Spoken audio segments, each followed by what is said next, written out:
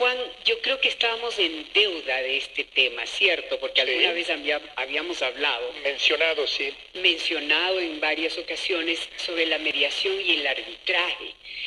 Uno escucha eso a lo lejos y si no lo necesita, pues no lo investiga, que es un gran error, porque siempre puede haber algún momento en la vida que sea necesario. Por eso esta tarde está con nosotros Francisco Paredes, es PhD por la Universidad Sorbona de París y cuenta con una maestría en Derecho Internacional Económico y una en Derecho Internacional también por la Sorbona de París.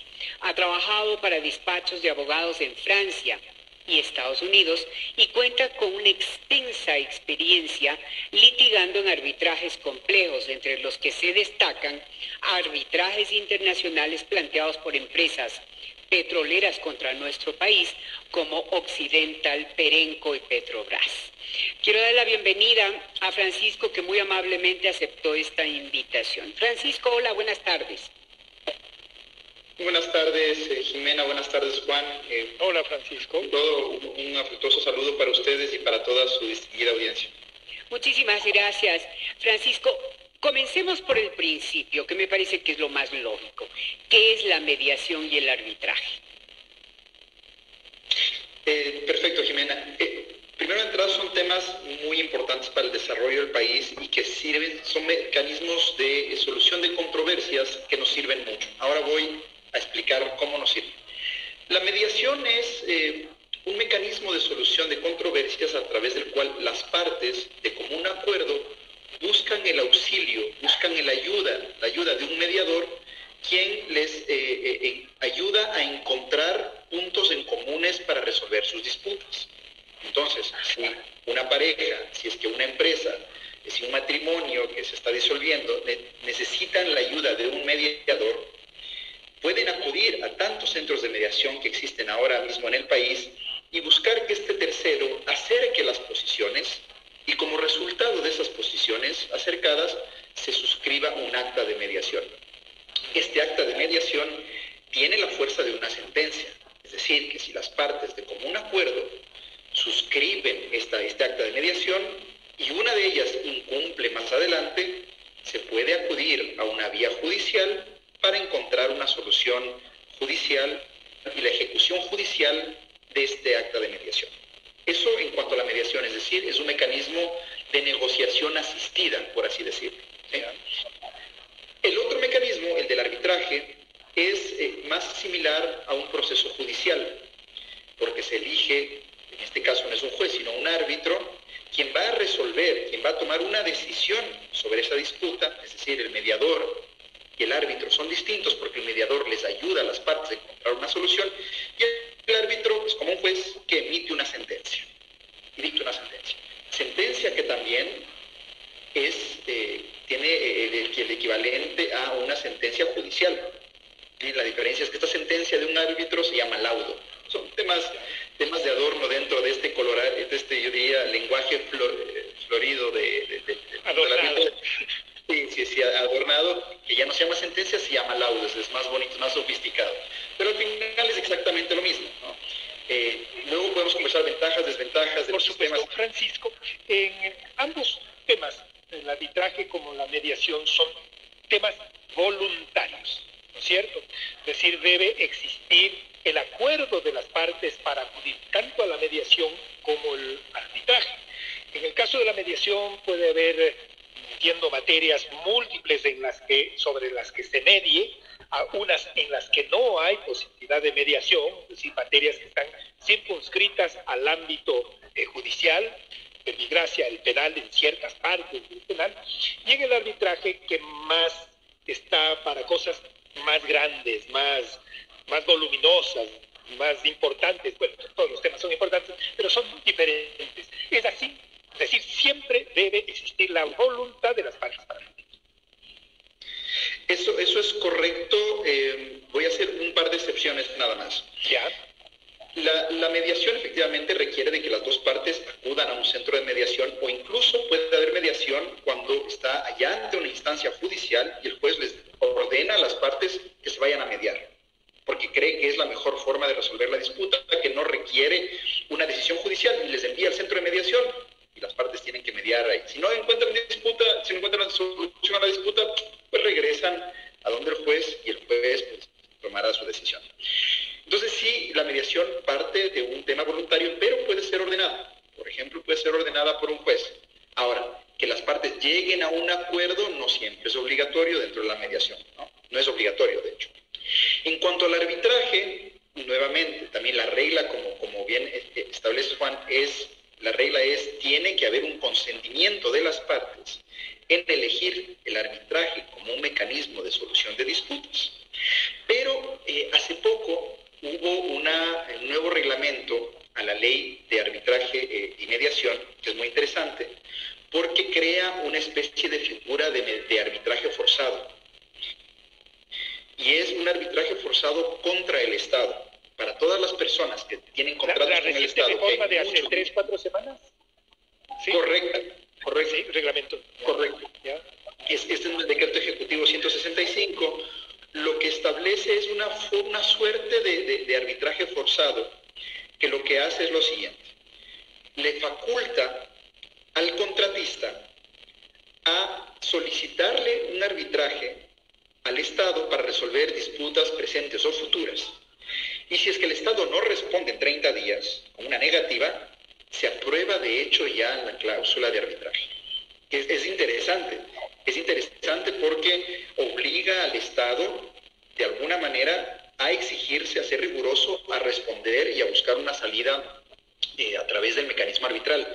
Y sucede algo muy parecido en el tema de mediación, porque lo que sucede en el sector público es que si bien la mediación es voluntaria, empiezan a haber ciertos tintes de obligatoriedad, porque lo que hace es lo siguiente. La norma establece que si el funcionario público no llega a una mediación, no suscribe un acta de mediación, y años más tarde es condenado el Estado por un monto superior o a indemnizar un monto superior, ese funcionario es responsable. Entonces, de alguna manera lo que está haciendo es, si bien no hay una obligatoriedad, sí exige de parte del Estado, de parte de la función pública, y eso es una gran ventaja para quienes tienen contratos con el Estado, le exige que sea más riguroso al momento de rechazar una propuesta de mediación, porque si más adelante le condenan al Estado por mi rechazo, yo voy a ser responsable personalmente por ese daño. Ok, una cosa, dentro de esa validez del sistema arbitral, ¿qué tipo de arbitrajes existe? Yo voy a hacer una división lo más cartesiana posible, porque siempre hay como muchas cosas dentro del arbitraje, pero voy a decir, de entrada hay dos tipos de arbitraje, que es el arbitraje nacional y el arbitraje internacional. Son como los dos monstruos distintos. En Ecuador todavía lamentablemente no tenemos reglas muy distinguidas entre nacional e internacional, son muy, vamos a decir así, son poco sofisticadas. Mientras que ocurre en otros países, en Francia, en Suiza, hay reglas muy específicas para los dos tipos de arbitraje. Ellos son como los dos monstruos distintos, por decirlo así. Ahora, dentro del arbitraje nacional e internacional, hay formas de resolver que pueden ser distintas. Se puede resolver, por ejemplo, en derecho, es decir, que el árbitro tiene que resolver de acuerdo a las normas legales aplicables al país, o puede resolver en equidad. ¿Qué quiere decir? La equidad es de acuerdo a lo que a él le parezca justo, no necesariamente de acuerdo a lo que dicen las normas. Por ejemplo, la indemnización tiene que calcularse de acuerdo a los intereses legales, pero yo creo que eso no es justo, le doy más o le doy menos.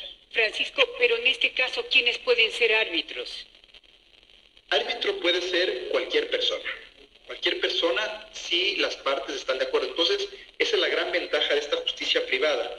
Si es que mañana Jimena y yo celebramos un contrato y yo le fallo a Jimena, pero tenemos una cláusula de arbitraje, de común acuerdo elegimos el árbitro que será nuestro juez. Yo confío en que Juan va a ser un buen árbitro y lo elegimos a Juan para que él resuelva la disputa. ¿Siempre certificados? No existe una no obligación. Necesariamente. Pero la O sea, mediación, cualquier ciudadano puede ser árbitro.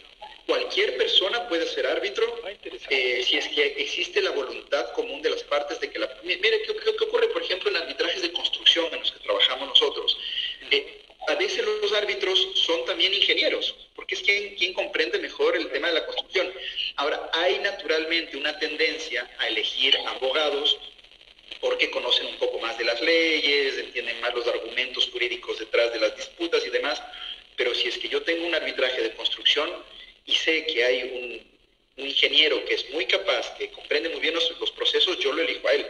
Ahora, dentro de los centros de arbitraje que hay oficiales, hay listas de árbitros, ¿no? Pero nada impide elegir un árbitro por fuera de esas listas. ¿Y esos centros de arbitraje cuáles son? Hay varios. En el país, quizás el más reconocido es el de la Cámara de Comercio de Quito, Okay. existe el de la Cámara de Comercio de Guayaquil, el Cámara de Comercio Ecuatoriana-Americana, son quizás los más utilizados. Pero esos se llaman arbitrajes institucionales, porque están protegidos por una institución. Pero también hay arbitrajes ad hoc, es decir, que no sigo las reglas de la institución, que yo me pongo mis reglas. Usted y yo nos acordamos que el arbitraje tiene que ser en 5 días, la sentencia en 10 días, los argumentos en tanto, Nos ponemos de acuerdo y es un arbitraje ad hoc y es plenamente válido, la sentencia es plenamente válida, y algo que se hace mucho es que es una sentencia que no es apelable. ¿Por qué es tan rico el arbitraje? Precisamente porque yo tengo una sentencia y no me la pueden apelar. Voy directo a la ejecución.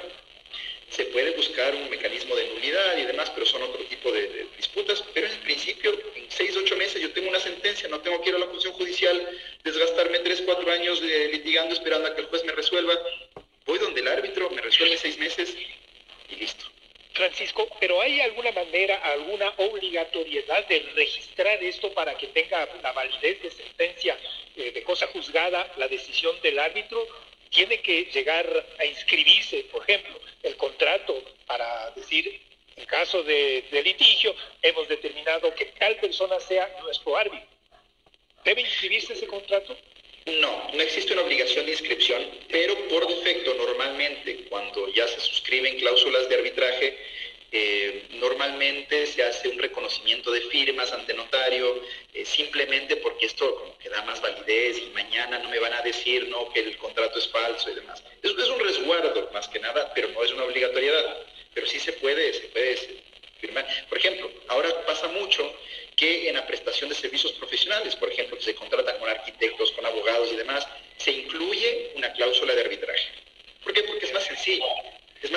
Puedo ir directo por su pedir medidas cautelares.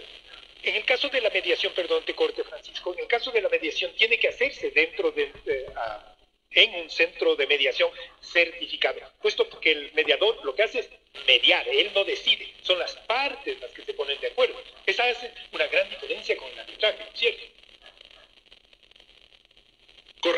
Correcto. Ahí sí los mediadores tienen que ser certificados y, por ejemplo, uno de los centros que más se utiliza y tiene mediadores muy buenos desde la Procuraduría General del Estado, son mediadores fantásticos que son muy proactivos, buscan una solución de las partes. A veces no se consiguen las soluciones porque, como lo conversamos hace unos minutos, dependerá de la voluntad de las partes, pero hay mucha proactividad. Y ahí sí tiene que haber una valoración, una acreditación de mediador. Justamente hablando de la mediación, ¿cómo puede un ciudadano solicitar la mediación? ¿Cuál es el trámite que debe hacer? Hay varios centros de mediación, incluso universidades tienen centros de mediación, la Universidad Católica tiene un centro de mediación, la función judicial tiene un centro de mediación. Ahí lo primero es elegir qué centro es el que me interesa para hacerlo. Dependiendo del centro, lo que yo hago es preparo una solicitud de mediación, puede ser o no firmada con un abogado, sugerimos que lo haga porque siempre tiene más sentido, y esta solicitud se presenta en el centro. El centro, a su vez, lo que hace es informa a la otra parte de que hay una solicitud de mediación y les invita a tener sesiones de mediación. Hay varias sesiones, normalmente 4 o 5 sesiones, y si no hay solución al final, se firma un acta de imposibilidad y se cierra esa mediación. Pero Francisco, yo creo que es importante que los ciudadanos que nos escuchan en este momento sepan qué tipo de conflictos son los que pueden llegar a una mediación. La norma dice que todo lo que es transigible es mediable. Ahora, ahí viene la pregunta, ¿no? ¿Qué es transigible? Sí, pero para tener la respuesta más sencilla ahí, todo lo que tiene que ver con algún tipo de contrato, pago de deudas, incluso temas de familia son mediables. Pasa mucho que, por ejemplo, hay parejas que se quieren divorciar y no quieren ir ante un juez y pasar por todo el proceso, quieren solucionar el problema de manera más sencilla, van al centro de mediación, resuelven los problemas que puedan tener a través de un acta de mediación, y ese acta de mediación es el que se ejecuta. Y es obligatorio, por ejemplo, si hay menores, si es que hay niños, se tiene que resolver los temas de alimentos, visitas y tenencia de los niños, y también hay centros de... Ahora, no todos los centros de mediación cogen temas de familia, por ejemplo, son temas sensibles, pero sí, el centro de la función judicial sí lo toma. Hay otros centros que son un poco más dubitativos al momento de tomar este tipo de casos, pero es posible. ¿Qué no es mediable? Ya, sí. Perdón. Sí, ¿qué no es mediable? Hay, por ejemplo, temas de justicia penal que no son mediables. Yo no puedo ir y mediar con el Estado que cometió o no cometió un delito, porque aquí hay temas mucho más sensibles. Hay, por ejemplo, temas, bueno, sobre todo de justicia criminal. Pensemos temas criminales, penales, no son mediables. En el caso de tránsito, por ejemplo, Francisco, que hay posibilidad de mediar hasta cierto monto, entiendo así, siempre que no haya lesiones. Es posible mediar siempre y cuando no existan delitos que se hubiesen cometido al respecto. Si es que, por ejemplo, es un choque y hay solamente daños materiales entre partes, se puede mediar. Es mucho más sencillo hacerlo de esa manera que ir a un juez de tránsito y demás. Ahora, si es que hay lesionados, ahí estamos hablando de delitos o posibles delitos y es más complicado. Cambia la situación, claro. Pues, Francisco, yo creo que este es un tema que nos da no para una hora, nos da para una tarde entera, porque la verdad que es, primero, un tema que interesa a todos los ciudadanos. Segundo, que con una clase como la que nos has dado, yo creo que quedamos pues todavía por aprender muchísimo. Y este es un tema que debemos estar todos muy enterados, porque como decía yo al inicio, en algún momento de la vida podemos tener la necesidad de recurrir a, digamos, este tipo de recursos. Pues, Francisco, desafortunadamente tú que has estado ya en muchos medios, sabes cómo es el tiempo, en radio o en televisión, y me toca despedirte con el dolor de mi alma. Muchísimas gracias por haber estado con nosotros, un gran abrazo, volveremos a buscarte en algún momento. Muchas gracias, Francisco. Desde luego, gracias a ustedes. Una buena tarde. Muchas gracias. Estamos en punto de encuentro para estar juntos en Majestad Radio 89.7 FM.